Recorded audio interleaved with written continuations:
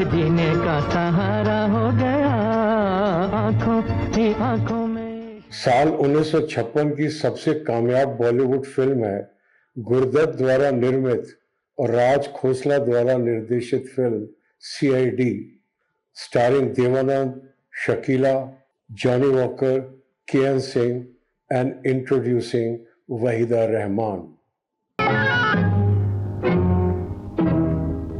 Film Bombay Times नामक एक समाचार पत्र के संपादक श्रीवास्तव के मर्डर के इर्द गिर्द घूमती है और कैसे हमारा नायक सीआईडी इंस्पेक्टर शेखर उस मर्डर को सॉल्व करता है, यही इस फिल्म की कहानी है।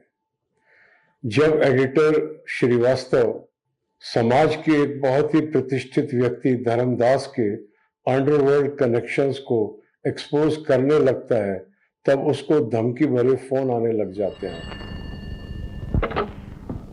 ये सब प्रेस में दे दो। Hello, editor speaking. आप कौन साहब हैं? मैं उस आदमी की तरफ से बोल रहा हूं जिसने अब तक तुम्हारा बहुत लिहाज किया है। इसका जवाब भी कई बार दे चुका हूं। वो आखिरी बार पूछ रहा है तुम्हें। और editor Srivastava CID inspector Shekhar को मदद के लिए फोन करता है। पुलिस वालों की जरूरत कैसे पड़ गई आपको? अभी अभी टेलीफोन आया था, किसी ने जान लेने की धमकी दी है। किसने? है कोई लोग। आप आ जाए तो अच्छा। अभी आता हूं। सीआईडी इंस्पेक्टर शेखर मदद के लिए एडिटर की ऑफिस की तरफ रवाना होता है, मगर उसके वहां पहुंचने से पहले ही कातिल एडिटर पर जानलेवा हमला करके फरार हो चुका होता है। नायक को ख्याल आता है कि जब वो लिफ्ट में ऊपर आ रहा था तब एक व्यक्ति लिफ्ट से बाहर जा रहा था। हो ना हो यही वो व्यक्ति है जिसने एडिटर पर जानलेवा हमला किया है। ये सोचकर वो बिल्डिंग के बाहर आता है और देखता है कि वो व्यक्ति एक कार में फरार हो रहा है। उसे आसपास और कोई रास्ता दिखाई नहीं देता तो वो वहां खड़ी नायिका की कार में कातिल का पीछा करने लगता है। देखिए वो एक गाड़ी जा रही है, उसका पीछा कीजिए। क्यों? कौन हो तुम? मैं एक सीआईडी ऑफिसर हूँ, उसका पीछा करना बहुत जरूरी है। लेकिन मेरे लिए कोई जरूरी नहीं।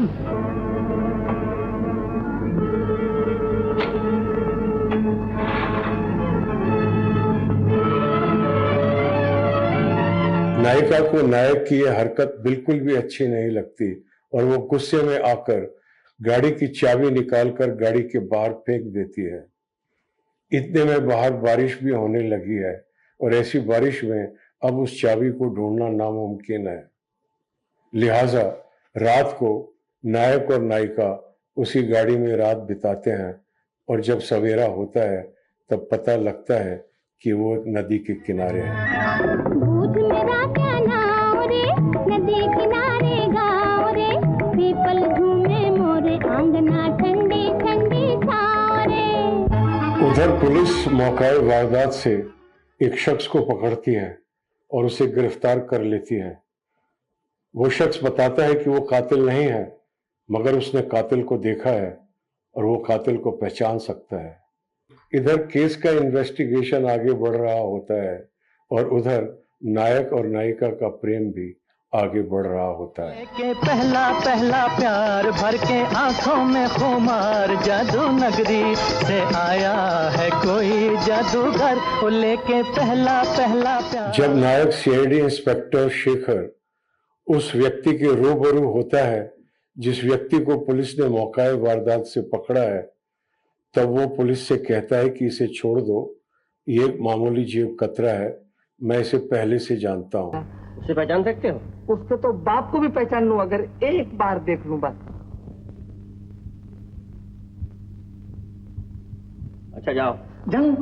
और सुनो, ये कैंची का धंधा छोड़ दो, कहीं ऐसा ना हो कि ये हाथ की सफाई तुम्हारा सफाई कर दे। हाँ? सीआईडी इंस्पेक्टर के इस बयान के आधार पर उस शख्स को पुलिस लॉकअप से रिहा कर दिया जाता है और वो बाहर निकलकर एक बहुत ही हिट गाना गाता है। दिल है मुश्किल जीना यहाँ, जरा हट के जरा बच के, ये है बॉम्बे मेरी जान।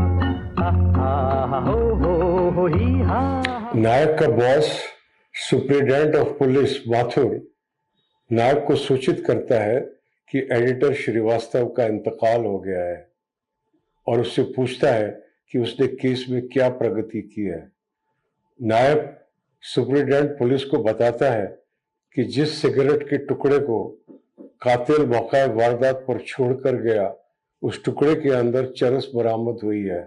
लिहाजा वो चरस के अड्डे में जाता है और वहां से कातिल शेर सिंह को गिरफ्तार कर लाता है।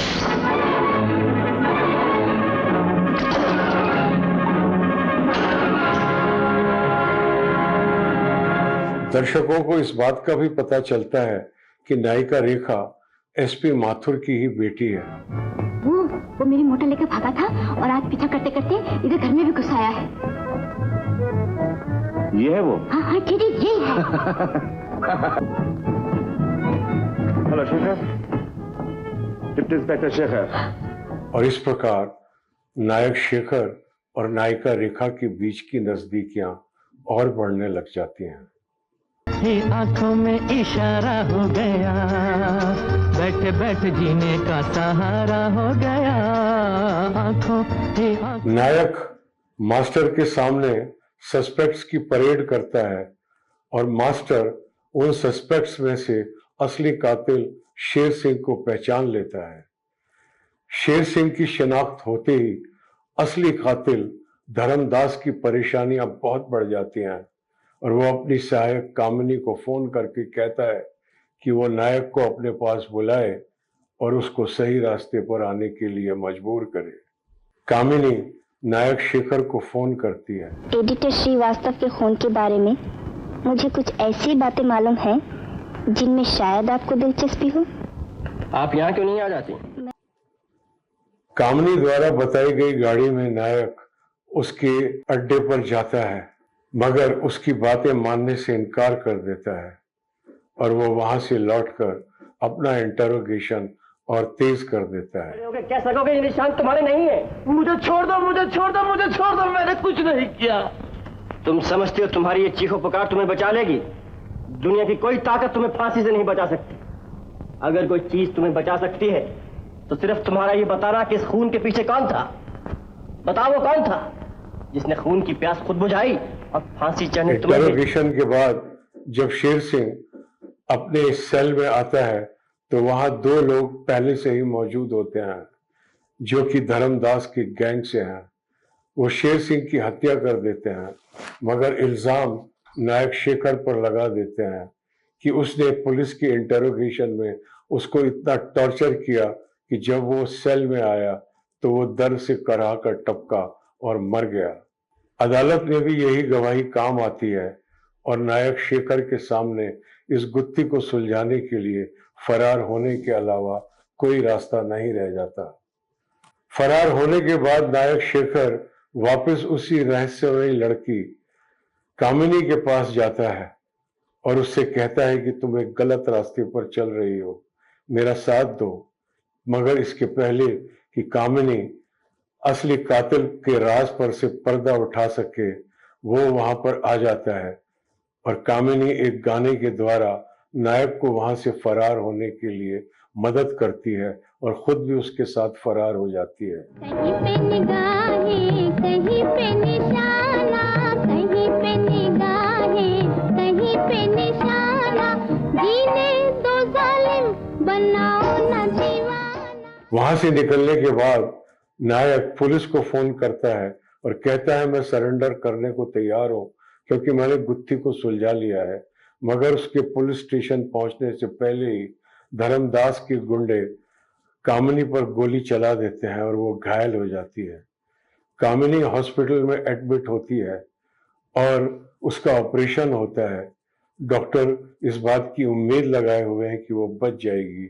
नायक एक चाल खेलता है, वो समाचार पत्रों में खबर छापता है कि कामिनी असली कातिल के राज पर से पर्दा हटाने वाली है। ये हम सब की मौत का ऐलान है। लिखा है कामिनी की हालत सुधर रही, वो होश में आते ही बयान देगी। लेकिन वो होश में आएगी? इस खबर से परेशान होकर असली कातिल धर्मदास उस हॉस्पिटल के वार्ड में पहुंचता है और उसकी हत्या करने का प्रयास करता है। मगर नायक उसको रंगे हाथों पकड़ लेता है और इस प्रकार फिल्म का अंत होता है। देवानंद सन 51 की अपनी फिल्म बाजी से लगातार हिट फिल्में दे रहे थे, मगर ये पहला साल है 1956 जब उनकी फिल्म साल की सबसे कामयाब फिल्म रही। राज कपूर, दिलीप कुमार और देवानंद के ट्रायो में अक्सर दिलीप कुमार और राज कपूर को देवानंद से ऊपर आंका जाता है, मगर हकीकत यह है देवानंद एक अनोखे हीरो हैं जो उनसे पहले हिंदी सिनेमा के पर्दे पर कोई नहीं हुआ। उनके अनोखे अंदाज और डायलॉग डिलीवरी ने तत्कालीन युवाओं को उनका दीवाना बना दिया और जब भी उनकी फिल्म रिलीज होती थी तो कॉलेजेस की अटेंडेंस कम हो जाती थी। आंखों ही आंखों में इशारा हो गया, बैठे बैठे जीने का सहारा हो गया। आंखों ही आंखों में इशारा हो गया। इस फिल्म के निर्देशक राज खोसला और इस फिल्म के नायक देवानंद ऐसे व्यक्ति हैं जिनके बारे में विस्तार से चर्चा होनी चाहिए, जो हम बाद में कभी करेंगे। इसलिए देखते रहिए सिनेमा।